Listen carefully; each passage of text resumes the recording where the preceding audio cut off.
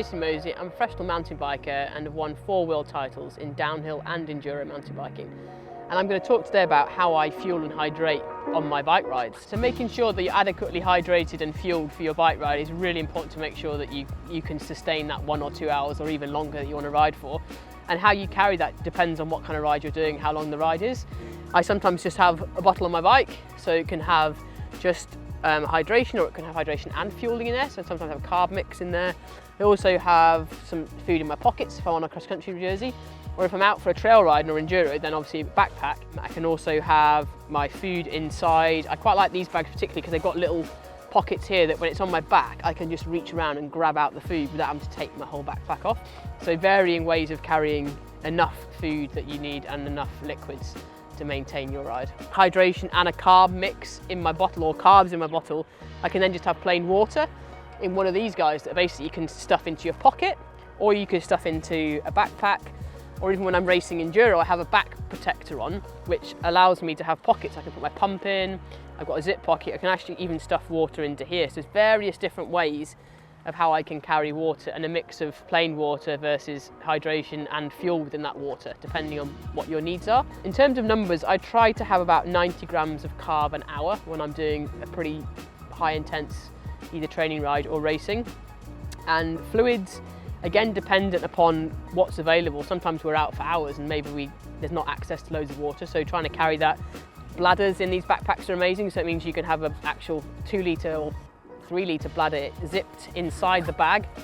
Tube comes out and then you can actually drink that when you're riding. And one thing to think about is when you choose to eat and drink when you're on your rides, try not to decide you need a drink when it's suddenly really bumpy. We've got to make a sudden intersection or a junction. Like, try and find a nice gentle place where you can eat and drink without wobbling, losing your handlebars, hitting a bump. That's really key.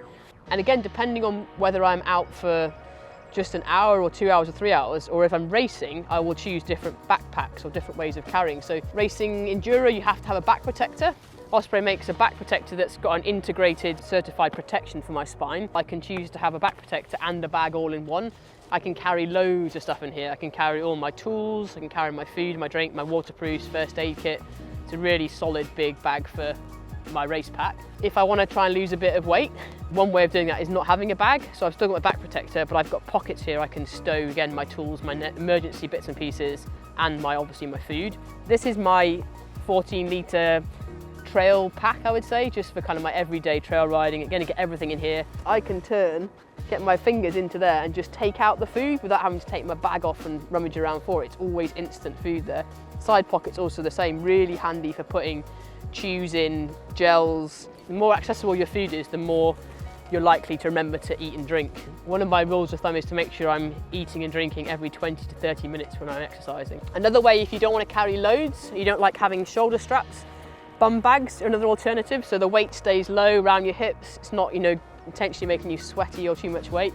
And again, you can get bladders for these, you can have side pockets for storing. Everyone's just got their personal preference, and sometimes if I'm just going out for a quick ride, I like to take that. And again, if I run, it's rare that I do run, but I do occasionally. Another little really great lightweight one, foam cover. Again, places to store food, you can get hydration packs. A bit smaller, a bit more ergonomic for running, the way it straps and doesn't bounce around. Really cool pack. There's so many ways of carrying the food and the nutrition that you need.